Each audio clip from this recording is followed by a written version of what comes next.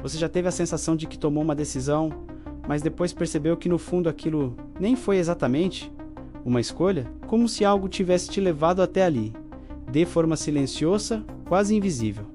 A verdade é desconfortável. Grande parte das decisões que você toma não são totalmente suas. Elas são influenciadas, guiadas e, em muitos casos, manipuladas. E o mais perigoso disso tudo é que você não percebe. Manipulação não acontece só em filmes ou grandes conspirações, ela acontece todos os dias, em coisas simples, em decisões pequenas, em detalhes que passam despercebidos. E justamente por isso funciona. O cérebro humano não foi feito para analisar tudo com profundidade. Se fosse, você não conseguiria viver. Então ele cria atalhos mentais, formas rápidas de decidir sem gastar energia. E são exatamente esses atalhos que tornam você vulnerável. Porque quando alguém entende como esses atalhos funcionam, consegue influenciar suas decisões sem que você perceba. Um dos mecanismos mais poderosos é o efeito de autoridade. Você tende a confiar mais em algo quando aquilo vem de alguém que parece saber o que está falando. Não precisa ser verdade, só precisa parecer. Um terno bem ajustado, um tom de voz firme, confiança na fala. Isso já é suficiente para o seu cérebro baixar a guarda. Outro mecanismo é o efeito de repetição. Quanto mais você vê algo, mais aquilo se torna familiar. E o cérebro confunde familiaridade com verdade. Se você escuta uma ideia várias vezes, ela começa a parecer certa. Não porque você analisou, mas porque você se acostumou. Existe também o efeito manada. Quando muitas pessoas fazem algo, o seu cérebro interpreta aquilo como seguro. Se todo mundo está indo naquela direção, deve ser o caminho certo. E sem perceber você segue. Não porque decidiu, mas porque foi levado. Outro ponto importante é o controle da atenção. Hoje, quem controla a sua atenção, controla suas decisões. Porque você só pensa sobre aquilo que você vê.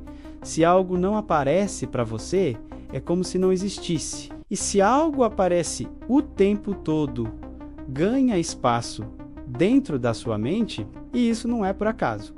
Existe uma disputa constante pela sua atenção, e nessa disputa, o que mais prende você vence, não necessariamente o que é verdadeiro, mas o que é mais envolvente.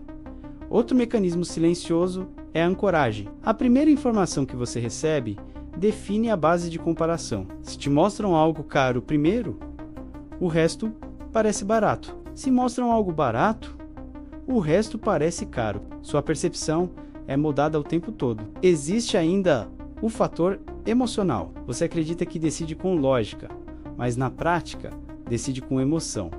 E depois usa a lógica para justificar. Se algo desperta medo, você evita. Se desperta desejo, você busca. Se desperta raiva, você reage. E quem sabe provocar essas emoções consegue direcionar seu comportamento sem que você perceba. E aqui está o ponto mais importante. A manipulação mais eficaz não é aquela que força você a fazer algo. É aquela que faz você acreditar que a decisão foi sua. Porque quando você acredita que escolheu, você não questiona. Você defende. Você justifica. Você repete. E isso reforça ainda mais o controle. No fim das contas, você não está apenas sendo influenciado, você está colaborando com a própria manipulação.